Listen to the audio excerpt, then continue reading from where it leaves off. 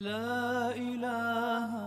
الا اللہ لا الہ میں آپ کو الا خوشگوار اور اللہ پرسکون لا زندگی کا الہ ایک اور مشورہ دوں الا اللہ ما کہ لنا ان باتوں کی رب فکر کریں سوا جن کی جواب دہی اللہ کے حضور ہونی ہے۔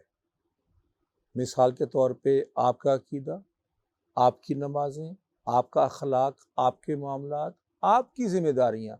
ان کا جواب دینا ہے، ان کی فکر کریں اور ان میں لگ جائیں۔ دوسروں نے آپ کو حق دیا یا نہیں دیا، دوسرے حقوق پورے کر رہے ہیں کہ نہیں کر رہے، دوسرے نمازیں پڑھ رہے ہیں کہ نہیں پڑھ رہے، کہاں پڑھ رہے ہیں، کس طرح کی پڑھ رہے ہیں، کیسے پڑھ رہے ہیں، یہ ہر وقت ان کی الجھن میں نہ رہا کریں۔ اللہ کہ آپ اگر داعی ہیں اور آپ ایک عالم ہیں، ذمہ دار ہیں کہ آپ نے پہنچانا ہے، تب بھی آپ کی ذمہ داری صرف پہنچانے کی ہے،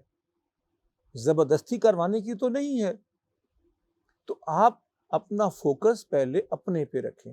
اور پھر اس کو فوکس کو کہیں اور بھی ضرور بانٹیں، اوروں کے لیے بھی خیر کریں، لیکن پہلے ان سوالوں کا جواب تیار کریں، اپنا عمل، اپنا کردار، اپنی نیکیاں، اپنے گناہ، نہ کہ لوگوں کے کہ اس نے مجھے حق نہیں دیا، اس نے حق مار لیا، اس نے زیادتی کر دی تو میں کیا کرتا یا میں کیا کروں۔ وہ فوکس بنائیں، پھر دیکھیں یہ بہت سے مشکلات، پریشانیاں، ڈپریشنیں خود ہی دور ہونا شروع ہو جائیں گے انشاءاللہ۔ جیسے میں کہتا ہوں کہ دین پہ عمل کرنے کا فائدہ صرف آخرت میں نہیں ہے، دنیا میں بھی ہے، ویسے دین پہ عمل نہ کرنے کا نقصان آخرت میں صرف نہیں ہے، دنیا میں بھی ہے۔ مثال کے طور پہ غیبت ہے، آخرت میں انتہائی گناہ ہے، اس کا سزا ہے، لیکن دنیا میں بھی نقصان ہے کہ اگر آپ لوگوں کے سامنے کسی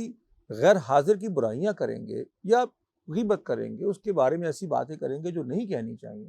تو گناہ تو آپ آخرت کے لیے جمع کر ہی رہے ہیں، دنیا میں بھی جو سامنے بیٹھے ہوئے ہیں نا، ان کی بھی عزت گنوا رہے ہیں،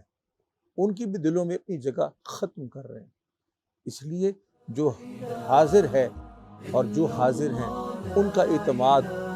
حاصل کرنا ہے، تو اس کی بھی عزت کریں جو حاضر نہیں